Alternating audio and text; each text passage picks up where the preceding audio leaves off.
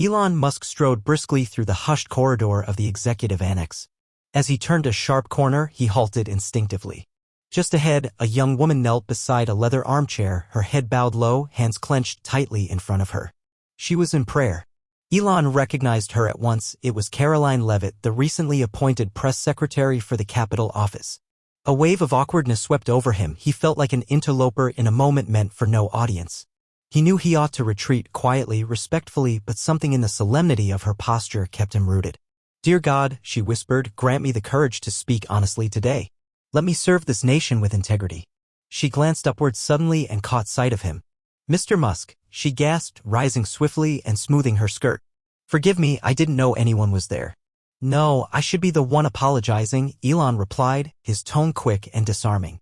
"I lost my way after leaving the chancellor's office." Silence settled between them, faintly uncomfortable yet not unpleasant. A flush of color rose in Karoline's cheeks, though she didn't appear embarrassed, just caught off guard. "I didn't mean to disturb your prayer," Elon added. "It's quite all right," she answered, offering a modest smile. "I like to pause before every media session. It helps me focus." Elon gave a slight nod, uncertain what to say next. Religion had never anchored his life. His connection to belief had long been fraught, more inquisitive than devout. Yet what he had just witnessed stirred something in him, something unexpectedly sincere. "Does it help?" he asked, almost involuntarily. "Always," she said without missing a beat. "Not necessarily how I expect, but yes, it grounds me." Elon glanced at his watch. "I should be going. You probably have preparations to make." "As a matter of fact," Karoline replied, "I was just finishing up. Would you like me to walk you out? This place can be a labyrinth." They moved together down the historic halls of the Capitol Annex, and Elon found himself unexpectedly curious about her faith, her conviction. What gave her such calm certainty in a world so rife with cynicism? He opened his mouth to ask, but the right words wouldn't come. Before he could find them, they arrived at the front entrance. "Thank you," he said simply. "My pleasure, Mr. Musk." She handed him a small business card. "If you ever find yourself lost in this place again, don't hesitate to call my office." Elon accepted it with a nod. As his car pulled away from the Capitol grounds, he turned the slim white card over in his hand, absorbed in quiet thought. That night, unable to sleep in his downtown hotel suite, Elon powered up his laptop. But instead of diving into emails or reviewing project reports, he found himself typing a single question into the search bar: why do people pray? 3 days later, he sat near the back of a sterile conference room, half engaged in a technical briefing on orbital satellite systems. His thoughts kept drifting, not to tech or logistics, but to that still, almost sacred moment in the corridor. "Leave it in prayer," she'd said. A buzz from his phone broke his reverie. A news alert. He glanced at the screen and froze. The headline read, "Press Chief Lever draws criticism after mentioning prayer at briefing." Elon tapped the link. The article detailed how, when asked about the administration's response to a recent flood in the southern provinces, Karoline had stated she was keeping the victims in her prayers, alongside outlining the logistical relief efforts. Some media voices had denounced the remark, accusing her of overstepping boundaries between faith and governance. Without overthinking, Elon opened his social app and typed, "Saw Karoline Leavitt praying in solitude last week." Her sincerity was unquestionable. Why are we penalizing people for showing empathy? We need more honesty in leadership, not less. He tapped send before second-guessing himself. Within minutes, the post caught fire. His phone lit up with mentions. Journalists sought statements. His public relations team began ringing his line in earnest. "Sir, did you really post that about the press secretary?" his communications director asked when he picked up. "I did." "Why?" "It's just unusual. You don't typically wade into political waters." "It's not politics," Elon said, unwavering. "It's about decency." By nightfall, his comment was a top headline. Pundits debated it, some hailing him for defending authenticity, others questioning his motives. A larger conversation had ignited across the nation about belief, about its role in public discourse. Just before midnight, his phone rang again. The number was unfamiliar. Against his usual instinct, he answered. "Elon Musk," came the voice. "This is Karoline Leavitt." He blinked in surprise. "How'd you get this number?" She laughed lightly. "I work in the Capitol. We have our ways." There was a brief pause, then her tone turned gentle, earnest. "I wanted to thank you for what you wrote." "You didn't have to do that." "I only described what I saw," Elon replied. "They're criticizing something that was clearly heartfelt. Still, coming from someone like you, it matters. especially since you're not known for religious commentary. Elon, he said, finishing the sentence for her. Yes. She seemed relieved that he had. There was a moment of stillness. Would you be open to continuing this conversation? She asked. Not in any official capacity. Just as two people. I'd like to hear your thoughts. Elon hesitated. He typically kept political figures at arm's length, but this felt different. All right, he agreed. But not over the phone. And not at the Capitol. They arranged to meet at a quiet cafe in Old Town Alexandria the following Sunday morning. As he hung up, Elon couldn't help but wonder what path he was stepping onto. He had no desire to become a figure in a national dialogue on faith, yet he couldn't shake the feeling that their unexpected encounter had not been by chance. The next morning, as Elon scrolled through the avalanche of responses to his post, one remark from a young engineering student caught his eye. Never thought I'd see Elon Musk standing up for prayer. Maybe faith is more than I assumed. That simple line lingered with him throughout the day more than he could rationally explain. The cafe was nearly deserted when Elon arrived early Sunday morning. Tucked into a quiet corner booth at the rear, he sipped his coffee, already half-finished, when Karoline entered. Dressed in jeans and a plain knit sweater, she bore little resemblance to the composed, camera-ready figure he'd seen delivering press briefings from the Capitol Annex. No security detail today? Elon asked as she settled across from him. Left them outside, she replied with a smile. Some conversations deserve privacy. Once she placed her order, Karoline leaned in slightly, wasting no time. So, not to be blunt, but you're not exactly known for weighing in on matters of faith. Why step in for me? Elon paused, choosing his response with care. I respect what's real. And what I saw that day wasn't staged. It was sincere. That caught you off guard? There was no challenge in her tone, only curiosity. Maybe a little, he admitted. In my world, belief is often seen as antiquated, at odds with progress, reason, science. And what do you believe? She asked, unflinching. Elon stared down at his cup, watching the steam rise. I believe in what I can measure. What I can design. I've always been wary of institutional religion. But Karoline sensed there was more beneath the surface. I'm not closed off to it, he added.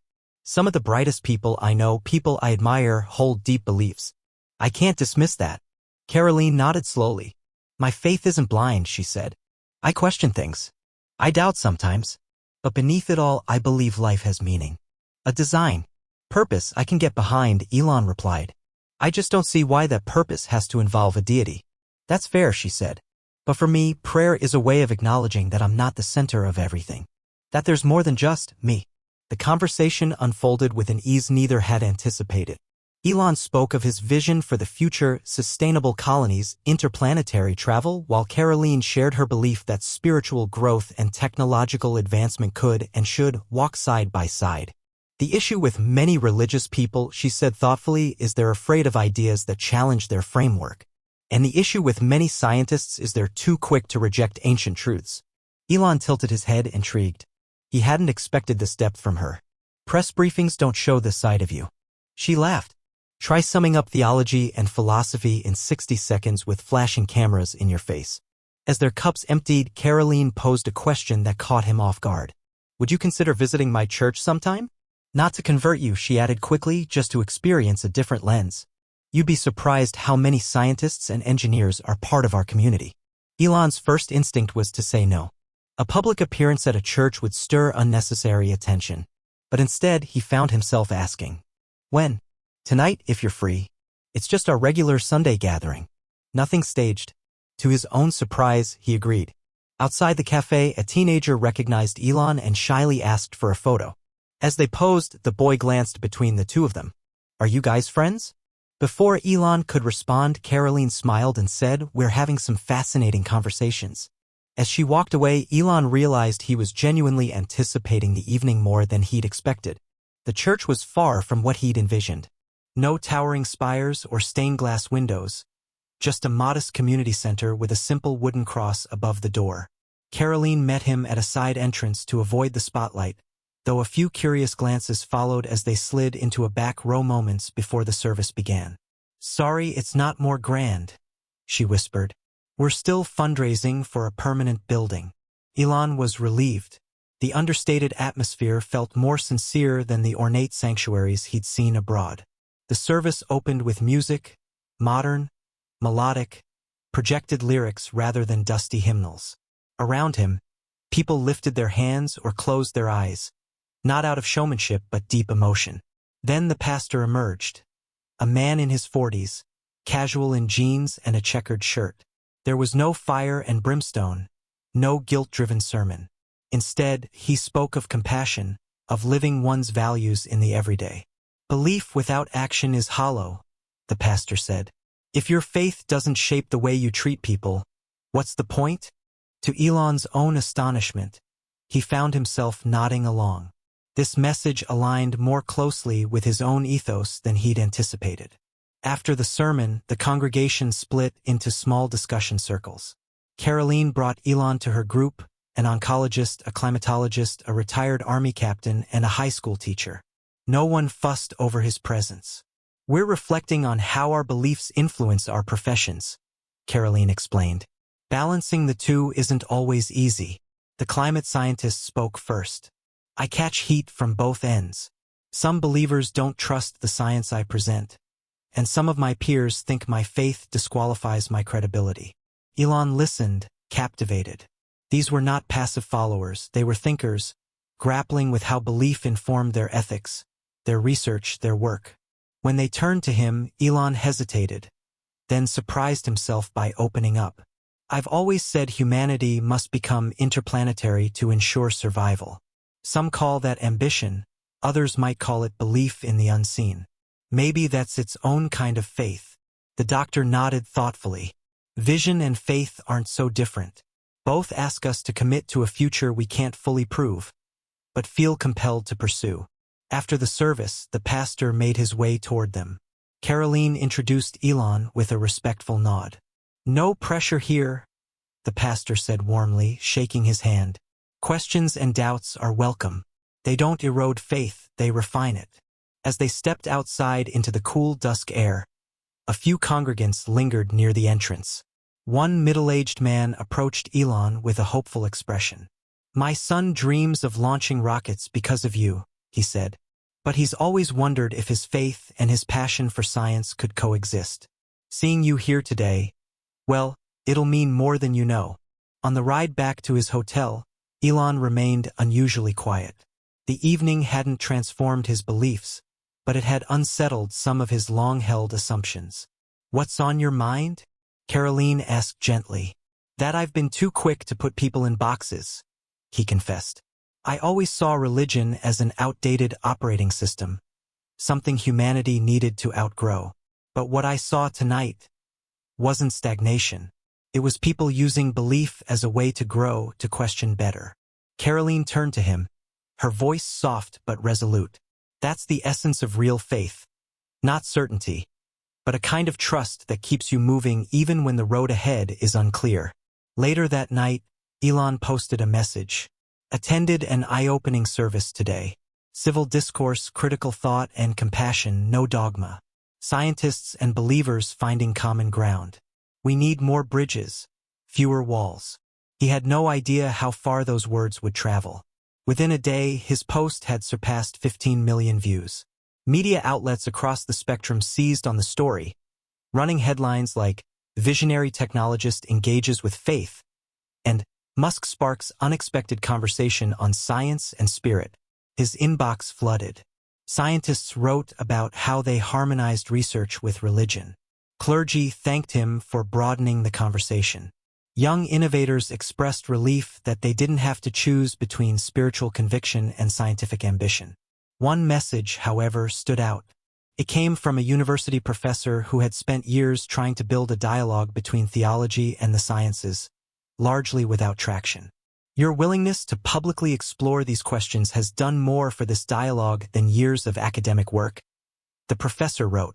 Would you consider speaking at our upcoming symposium? As Elon pondered the request, his phone rang. Karoline's voice was on the other end. Have you seen the headlines? She asked, skipping formalities. Some, he said dryly. It's been an eventful morning. The president wants to meet again, she said. Not about your work with space or infrastructure.